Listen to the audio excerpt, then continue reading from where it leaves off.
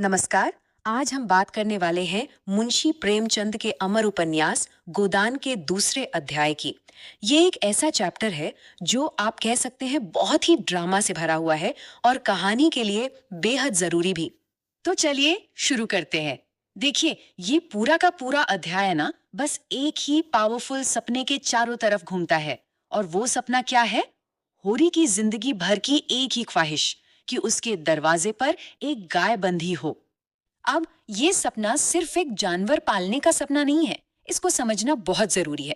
उस जमाने में एक गरीब किसान के लिए दरवाजे पर गाय होना ये उसकी पहचान थी। ये सम्मान, हैसियत और एक तरह से कहें तो संपन्नता का सिंबल था। एक ऐसी चीज जिसके लिए होरी जैसे न जाने कितने किसान तरसते थे। वो इसे अपनी पूरी जिंदगी की मेहनत का सबसे बड़ा इनाम समझता है।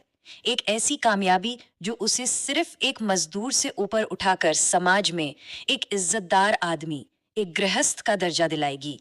लेकिन होरी के सपनों और उसकी असलियत के बीच ना एक बहुत बड़ी खाई है। एक तरफ तो वो भविष्य के सम्मान के सपने देख रहा है और दूसरी तरफ उसका आज, उसके अपने ही घर में एक महाभारत छिड़ी हुई है। और ये लड़ाई क्यों होती है? इसकी जड़ में है होरी के भाइयों का आलस।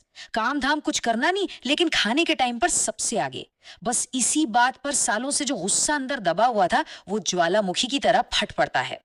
और यहीं पर सामने आता है धनिया का असली किरदार। एकदम तेज, मुंहफट और जो गलत है उसके खिलाफ बोलने वाली। वो अब और बर्दाश्त करने को तैयार नहीं है और सीधे सीधे अपनी जेठानी पुनिया से भिड़ जाती है। पुनिया का जवाब भी अब देखिए उतना ही तीखा है। और बस देखते ही देखते ये छोटी सी बहस एक बहुत ही कड़वी लड़ाई में बदल जाती है। एक ऐसी लड़ाई जिसमें सारे पुराने जख्म, सारी पुरानी बातें फिर से ताजा हो जाती हैं। तो सबसे जरूरी बात यह है कि ये झगड़ा सिर्फ एक देवरानी जेठानी की लड़ाई नहीं है। नहीं, ये एक आईना है जो दिखाता है कि गरीबी का दबाव रिश्तों को कैसे तोड़ देता है। ये हमें बताता है कि जब घर में दो वक्त की रोटी का जुगाड़ करना मुश्किल हो जाए तो घर की शांति कितनी नाजुक, कितनी कमजोर हो जाती है।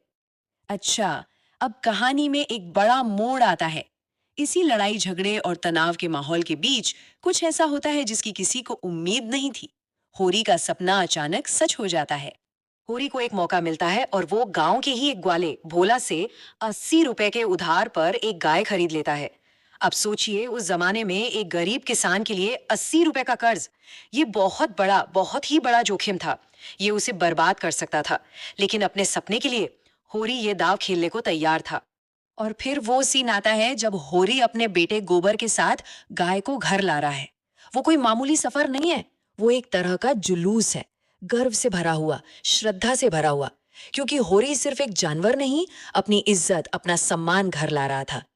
और जो बात देखने वाली है वो ये है कि घर में खाने को दाना नहीं है, लेकिन गाय का स्वागत वो पूरे रीति रिवाज के साथ होता है। उसकी आरती उतारी जाती है, टीका लगाया जाता है, गुड़ पानी दिया जाता है, उसे देवी का रूप मानकर पूजा जाता है। इससे पता चलता है कि लोगों के लिए उनकी आस्था, उनकी परंपराएं गरीबी से भी कितनी बढ़कर थी। और उस एक पल में होरी को जो खुशी मिलती है वो एकदम सच्ची और पवित्र है। ऐसा लगता है जैसे जिंदगी भर की सारी मेहनत, सारी तकलीफें, सारा अपमान बस एक पल में धुल गया हो। लेकिन होरी की दुनिया ऐसी है जहां कोई भी खुशी ज्यादा देर तक टिक नहीं सकती। और उस खुशी पर सबसे पहले नजर लगती है जलन की, ईर्ष्या की। और ये जो कंपैरिजन है ना, ये उस समाज की कड़वी सच्चाई को सामने रख देता है। होरी के लिए जो एक सपना पूरा होने जैसा है, गांव वालों के लिए वो शक की वजह है। पैसे कहाँ से आए? जरूर कहीं छिपा कर रखे होंगे। होरी की ये जीत पूरे गांव की आंखों में खटकने लगती है। और सबसे दुख की बात क्या है कि जलन की ये आग कहीं बाहर से नहीं, बल्कि उसके अपने ही घर से शुरू होती है। उसके सगे भाई हीरा और शोभा, वो उसकी खुशी में खुश होने की जगह उस पर बेईमानी का इल्जाम लगा देते हैं। और उनके ये शब्द एक तीर की तरह होरी के दिल में लगते हैं। जो खुशी कुछ देर पहले आसमान पर थी वो एक झटके में जमीन पर आ जाती है।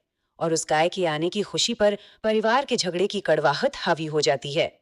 तो फिर आखिर ये पूरा अध्याय हमें बताता क्या है? इससे हमें क्या टेकअवेज मिलते हैं? चलिए समझते हैं। देखिए, इस चैप्टर की हर घटना एक दूसरे से जुड़ी हुई है।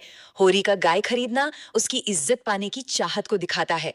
धनिया का झगड़ा घर की गरीबी और उससे पैदा हुई मुश्किलों को सामने लाता है। और आखिर में भाइयों की जलन ये बताती है कि उस समाज में किसी की तरक्की से लोग जलते थे और खुशी कितनी आसानी से टूट सकती थी। तो असल में ये गाय ही इस अध्याय का केंद्र है। एक तरफ ये होरी की जिंदगी की सबसे बड़ी खुशी है, तो दूसरी तरफ यही गाय उसके सबसे बड़े दुख और लोगों की नफरत का कारण भी बन जाती है। और यहीं पर ये अध्याय हमें एक बहुत गहरे सवाल के साथ छोड़ जाता है। ये सवाल ही एक तरह से पूरे गोदान उपन्यास की आत्मा है कि एक सपने के सच होने की असली कीमत क्या होती है। होरी जैसे सीधे साधे इंसान के लिए क्या खुशी के एक पल की कीमत जिंदगी भर का संघर्ष है?